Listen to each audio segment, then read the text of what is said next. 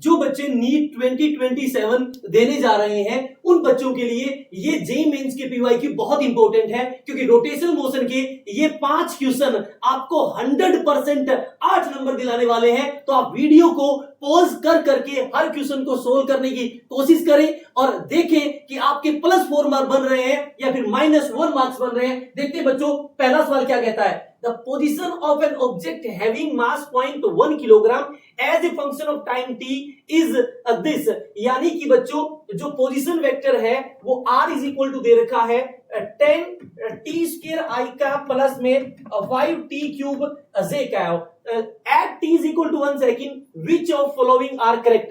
मतलब p check करना है, f चेक करना है, l चेक करना है और टॉर्क चेक करना है। बच्चों हमें पता है यदि r ये है तो v क्या होगा, v आपका होगा 20 t i कैप प्लस में 15 t स्क्वायर j कैप। कितने में पूछा है, t is equal to 1 second पे, तो 1 सेकंड पे जो v आएगी वो कितनी आएगी 20 i कैप प्लस में 15 j कैप। ये आगे होगी बच्चों आपको और v और 1 सेकंड के ऊपर r कितना हो जाएगा, r हो जाएगा 10 i कैप प्लस में 5 j कैप। ये आपका r हो गया। तो सबसे पहले p चेक करता हूं, p बराबर क्या आएगा MVR, m कितना 1/10.1 है और v कितना आपका v आपका कितना है बच्चों, v आपका है, हमें सबसे पहले तो p चेक करना है और p चेक करना है। तो हमें पता है जो p इज इक्वल टू होता है बच्चों mv होता है, p is equal to mv होता है, m 1/10। v कितना, v आपका है 20 i कैप प्लस में 15 j कैप। तो ये आया आपका 2i प्लस में 1.5 j, 2i प्लस में 1.5 j, यानी कि first is the right answer, मतलब पहला ऑप्शन सही है। और देखते हैं अब चेक करते हैं हम फोर्स निकालने का। फोर्स हमें पता है v यदि ये है तो F बराबर निकालने के लिए मास इंटू में एक्सेलरेशन करना पड़ेगा। इसका एक्सेलरेशन करूंगा तो ये आएगा 20i का प्लस में 30 t j कैप। अब ये 1/10 है, 20i प्लस में 30 और टाइम आपका 1 है और ये j cap.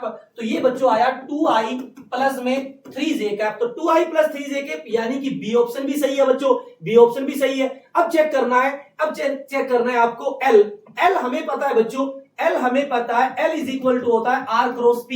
L is equal to होता है बच्चों R क्रॉस P। तो हमें डिटरमिनेंट की हेल्प से R कितना है आपका, पहले लिख देंगे I J K, ये आपका 10 5 और 0 और फिर आपका R क्रॉस P आपने निकाला था 2 और 1.5 और 0। आई होप आपको ये चीज समझ आ गई होगी। अब बच्चों हम I वाला करेंगे 0, J वाला करेंगे 0। तो जब K कैप को चेक करेंगे तो ये आपका कितना आया 15 माइनस 10, इसका मतलब 5K कैप। यानी कि जो L है वो 5K कैप है, यानी कि C तो क्या हो गया बच्चों, गलत हो गया। C आपका क्या हो गया, गलत। अब हमें चेक करना है टॉर्क, बच्चों टॉर्क क्या होता है, टाउ इज इक्वल टू होता है R क्रॉस F। तो R आपका कितना, R आपका 1 सेकंड पे कितना है, R की वैल्यू है 10i 5j कैप और K आपका 0। और फोर्स कितना आया था, फोर्स आपका था 2i प्लस 3j, तो 2 3 और ये आपका 0। तो यहां से डिटरमिनेंट की हेल्प से करेंगे तो 10 इंटू 3 30 माइनस 10 आपका कितना आया 20K कैप, यानी कि टॉर्क आपका 20K कैप है। तो इस सवाल में A, B और D तीन ऑप्शन सही है। आई होप आपको ये चीज समझ आ गई होगी। अगला सवाल देखते हैं बच्चों। अगला सवाल मोमेंट ऑफ इनर्शिया से है। MY about an axis AB of a rod of mass 40 kilogram and length 3 meter is same as that of solid sphere of mass 10 kilogram and radius r about an axis parallel to AB axis which separate at 3 meter as shown in figure, then r is this, then find the value of alpha। बच्चों हमें पता है यदि road दे रखी है तो ये तो रोड के एक एंड से पास हो रही है, तो रोड के एंड के अबाउट मोमेंट ऑफ इनर्शिया कितना होता है ml²/3 होता है। मास रोड का 40 है, लेंथ आपका 3 का स्क्वायर होगा, 3 का स्क्वायर डिवाइड में 3 से 3 कैंसिल, कितना आया बच्चों 120। यानी कि रोड का इस एक्सिस के अबाउट कितना है 120। बट ये बोल रहा है कि सॉलिड स्फीयर का जो मोमेंट ऑफ इनर्शिया है वो उस एक्सिस के अबाउट लेना है जो AB के पैरेलल और 3 मीटर की दूरी पे है। तो ये तो सॉलिड स्फीयर की सेंट्रल एक्सिस होगी। तो सॉलिड स्फीयर के सेंट्रल एक्सिस के अबाउट मोमेंट ऑफ इनर्शिया कितना होता है 2/5, m कितना 10 और इनटू में क्या बच्चों r² इज इक्वल टू, ये कह रहा है कि सॉलिड सिलेंडर के बराबर है, यानी कि रोड के बराबर है। तो 0 से आपका 0 कैंसिल होगा और 2 से जाएगा 6 तो ये बच्चों जो आर स्क्वायर की वैल्यू आई है वो आई है 30, आर स्क्वायर की वैल्यू 30, तो आर कितना आया √30, और ये क्या बोल रहा है आर इज इक्वल टू है √अल्फा बाय 2। तो मुझे पता है 30 तभी आएगा जब अल्फा 60 हो, तो इसका मतलब अल्फा की वैल्यू कितनी 60। आई होप आपको ये चीज समझ आ गई होगी। अगला सवाल देखते हैं बच्चों क्या कहता है। A small sphere of mass m, radius r is divided into two unequal parts, the smaller part having mass m/8। मतलब हमने क्या किया, एक स्फीयर था जिसका मास m रेडियस r है, उसमें से एक स्फीयर और काट दिया जिसका मास कितना है m/8, is converted into sphere of radius कितना स्मॉल r। हमें पता है यदि सेम स्फीयर से आप कोई दूसरी बॉडी बनाओगे तो डेंसिटी सेम रहेगी, और डेंसिटी सेम रहेगी तो डेंसिटी हमें पता है डेंसिटी बराबर होता है मास अपॉन वॉल्यूम, डेंसिटी बराबर होता है मास अपॉन वॉल्यूम। तो यानी कि m/v का रेशियो क्या रहने वाला है, सेम रहने वाला है। तो बाद में m कितना मान लू m डैश डिवाइड में वॉल्यूम कितना होगा 4/3 पाई r क्यूब।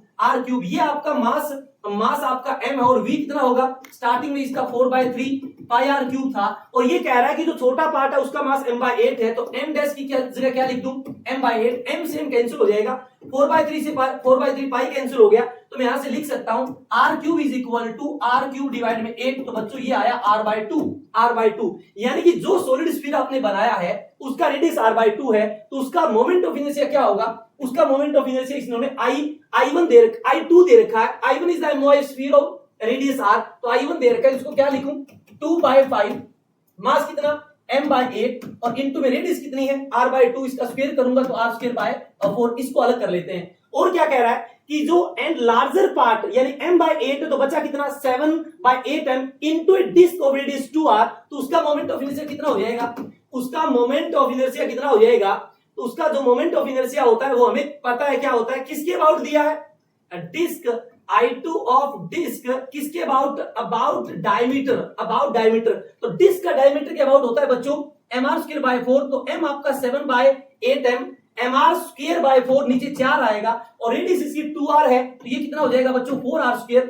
तो अब इन्होंने पूछा है I2/I1 बताइए, तो जब I2/I1 करेंगे तो इसको इससे भाग देंगे, एक तो m/8 से m/8 कट जाएगा, एक आपका r² से r² कट जाएगा, एक आपका 4 से 4 कट जाएगा, 4 से 4 कट जाएगा। अब बच्चों बचा कितना है कि ये बचेगा 7 into 4 कितना 28, 7 into 4 कितना 28, और ये बचेगा 2/5, इसका मतलब ये गया कितने पे 14 पे, तो इसका आंसर कितना आया 14 into 5 बच्चों कितना 70 के लगभग इसका आंसर आ रहा है। एक बार दोबारा से भाग करके देख लेते हैं, I2/I1 करना है, तो ये 7/8m डिवाइड में 4, और रेडियस दे रखी थी 2r, तो 4r का क्या स्क्वायर, mr²/4 होता है डायमीटर के अबाउट, और नीचे I1 को लिखा मैंने 2/5 m/8 और इनटू में r²/4, इसको सोल्व करना है।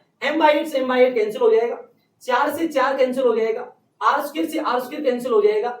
अब बचा क्या है 2 से 2 कैंसिल हो जाएगा, 2 से 2, तो 7 into 2 14 डिवाइड में 5 ऊपर जाएगा, तो आंसर कितना है बच्चों 70। आई होप आपको ये चीज समझ आ गई होगी। अगला सवाल देखते हैं बच्चों क्या कहता है।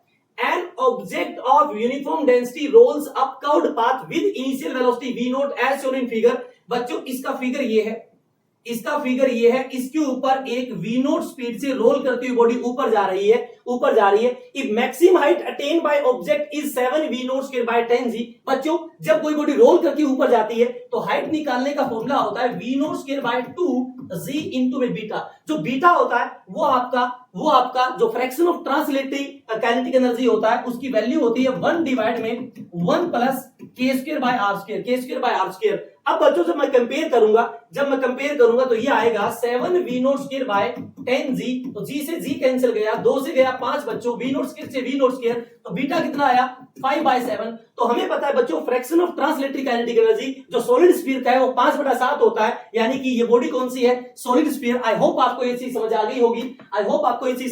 बच्चों इसी तरह यदि आप चाहते हैं जेईई मेंस अप्रैल सेशन जनवरी सेशन के सारे पीवाईक्यूज करना ताकि आपका नीट 2027 को आप आसानी से फोड़ पाए, तो जल्दी से फिजिक्स सुरमा को लाइक एंड सब्सक्राइब जरूर करें। और एक चीज और, जल्दी से फिजिक्स सुरमा के ऊपर एक और सीरीज आने वाली है जिसके अंदर हम जो इंपॉर्टेंट चैप्टर है 10 चैप्टर जिसमें से मैक्सिमम सवाल आएंगे 140 प्लस, वो सीरीज भी स्टार्ट होने वाली है। इसलिए जल्दी से फिजिक्स सुरमा को लाइक एंड सब्सक्राइब जरूर करें।